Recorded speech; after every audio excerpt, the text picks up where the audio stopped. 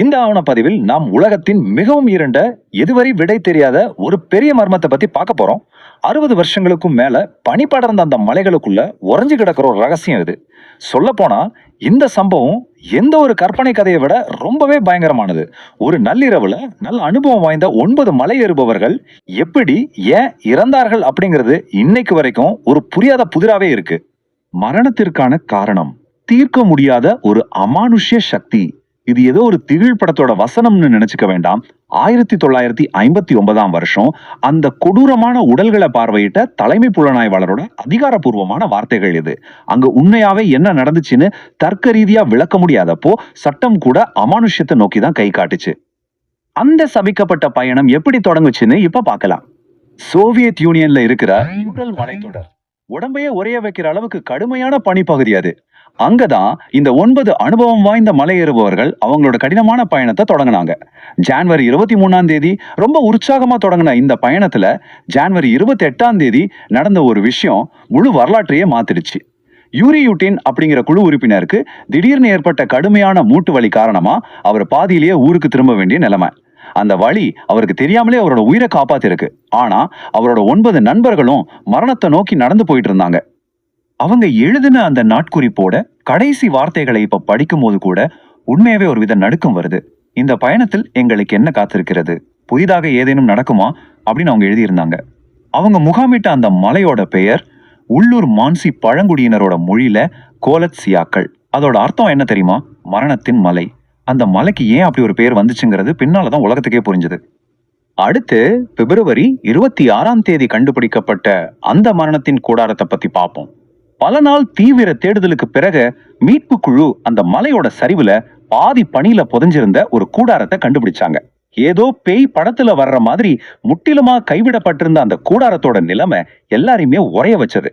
கொஞ்சம் யோசிச்சு பாருங்க, அவங்க ஏன் கூடாரத்தை உள்ளே இருந்து கிழிச்சிருக்கணும்? யாரோ வெளியில இருந்து உள்ளே நுழைய முயற்சிக்கல, அவங்க தான் உள்ளே இருந்து தப்பிக்க துடிச்சிருக்கிறாங்க. கூடாரத்துக்குள்ள அவங்களோட ஆடைகள், பூட்ஸ்கள், கேமராக்கள், ஏன் சாப்பிட தயாரா இருந்த உணவுன்னு எதையுமே அவங்க தொடல, அப்படியே போட்டுட்டு ஓடி இருக்கிறாங்க.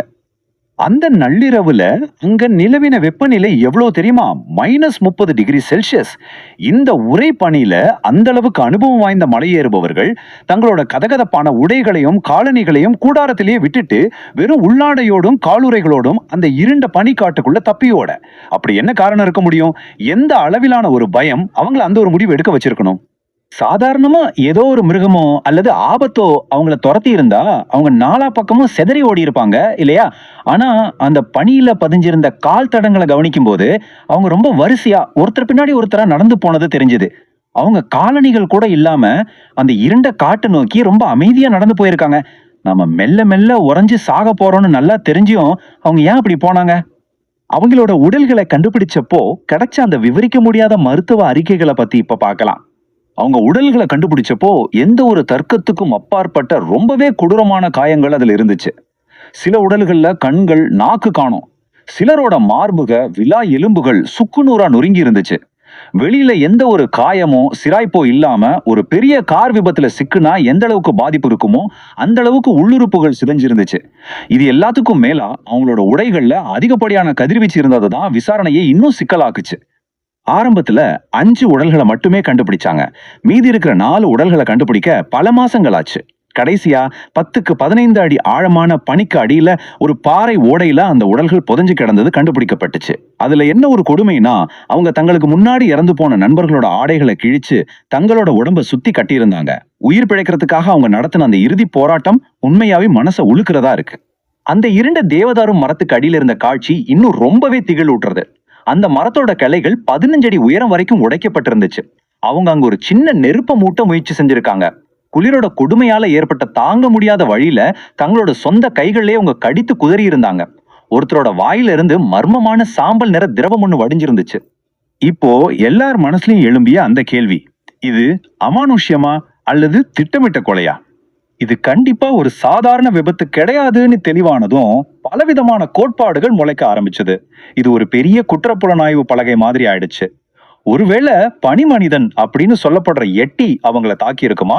அவங்க கேமரால பதிவான ஒரு மர்மமான கருப்பு உருவம் இதுக்கு ஆதரவா இருந்தாலும் அங்க வேற எந்த கால் தடங்களும் இல்லையே. சரி, வேற்று கிரகவாசிகளா இருக்குமா? பறக்கும் ஒளிரும் பந்துகளை வானத்துல பார்த்ததா பல சாட்சிகள் சொன்னாலும் அங்க விபத்து நடந்ததற்கான எந்த சோடுகளுமே இல்லையே.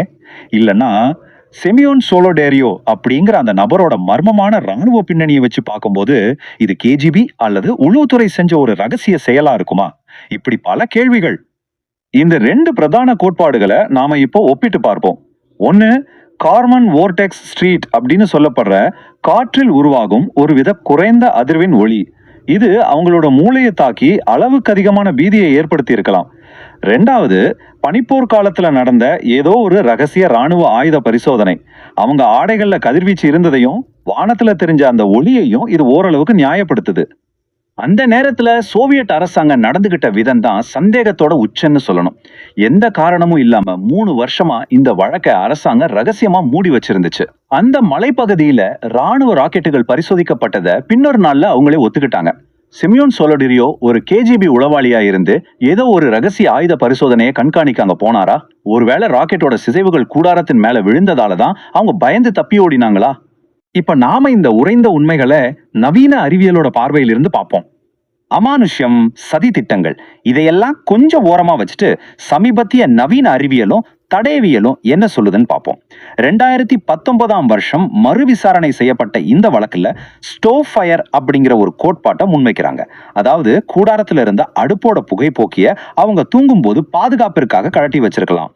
ஆனா எதிர்பாராத விதமா அடுப்பு மறுபடியும் பத்திக்கிட்டு கூடாரம் முழுசும் கடுமையான புகையால நிரம்பி இருக்கலாம். அந்த மூச்சுத்திணறல் காரணமா ஏற்பட்ட கண்மூடித்தனமான பீதியில வேற வழி இல்லாம கூடாரத்தை கிழிச்சுக்கிட்டு அவங்க வெளியில தப்பி வந்திருக்கலாம். இன்னொரு முக்கியமான விளக்கம் ஸ்னோ ஸ்லாப் அப்படின்னு சொல்லப்படுற பனிச்சரிவு கோட்பாடு. மலையோட சரிவுல கூடாரம் அமைச்சதுனால பலத்த காத்துல சுமார் 1000 பவுண்டுகள் எடையுள்ள ஒரு தடிமனான பனிப்பலகை கூடாரத்தின் மேல சரிந்து விழுந்திருக்க வாய்ப்பு இருக்கு. ஒரு மிகப்பெரிய பனிச்சரிவு தான் வரப்போகுது அப்படிங்கிற உள்ளுணர்வால ஏற்பட்ட அதீத பயத்துல அவங்க எந்த ஒரு உடையும் எடுக்காம நள்ளிரவுல உறைபனில காட்டை நோக்கி ஓடி இருக்கலாம். சரி, அப்போ அந்த கொடூரமான காயங்கள் எப்படி ஏற்பட்டுச்சு? தடவியல் உண்மைகள் எந்த ஒரு அமானுஷ்யத்தையும் நம்பல. அவங்களோட நாக்கு, கண்கள் காணாம போனதுக்கு காரணம் எந்த பேயும் கிடையாது. 3 மாசமா ஓடுற தண்ணியில அந்த உடல்கள் கிடந்ததால இயற்கையான சிதைவு மற்றும் சின்ன சின்ன விலங்குகளால அது நடந்திருக்கலாம். அதே மாதிரி அந்த நொறுங்கிய மார்பக எலும்புகள் அவங்க இருட்டுல 15 அடி ஆழமான ஒரு பனிப்பாளத்துல விழுந்ததுனால ஏற்பட்டிருக்கலாம் அப்படின்னு இப்ப தர்க்க ரீதியா விளக்கப்படுது. இது எல்லாத்துக்கும் மேல எல்லாரையும் குழப்பின அந்த கதிர்வீச்சு மர்மம், அதுக்கான விடயம் கிடைச்சிருச்சு. அந்த குழுவுல இருந்த 2 பேரு இதுக்கு முன்னாடி மாயாக் அப்படின்னு சொல்லப்படுற ரகசிய அணுக்கரு ஆலைகள்ல வேலை பார்த்திருக்காங்க. உலகத்தோட 3வது பெரிய அணு உலை விபத்தை சுத்தம் செய்யற பணியிலையும் அவங்க ஈடுபட்டிருக்காங்க. அதனால அவங்களோட ஆடைகள்ல அந்த கதிர்வீச்சு படிந்திருக்கிறது ரொம்பவே இயல்பான ஒரு விஷயம்தான். அறிவியல் நமக்கு பல தர்க்க ரீதியான விடைகளை கொடுத்தாலும் மனித மனம் அது அத்தனை எளிதா நம்ப மறுக்குது. சோவியத் அரசாங்கம் உண்மையாவே ஒரு சாதாரண இயற்கையான விபத்தை தான் மறைக்க முயற்சி செஞ்சதா, அல்லது 60 வருஷமா நாம எல்லாரும் ஏமாற்றப்பட்டுக்கிட்டு இருக்கோமா? அந்த இருண்ட உறைந்த நள்ளிரவுல அந்த மலையில உண்மையாவே என்ன நடந்துச்சு அப்படிங்கறத உறுதியா சொல்லக்கூடியவங்க அந்த 9 பேர் மட்டும்தான். ஆனா அவங்க அந்த மரண மலையிலே நிரந்தரமா உறைஞ்சிட்டு சுவாரஸ்யமான நிகழ்வுகளுடன் சந்திக்கும் வரை இணைந்திருங்கள் ஹரிவியன் டேல்ஸுடன். மறக்காம சப்ஸ்கிரைப் பண்ணுங்க. நன்றி, வணக்கம்.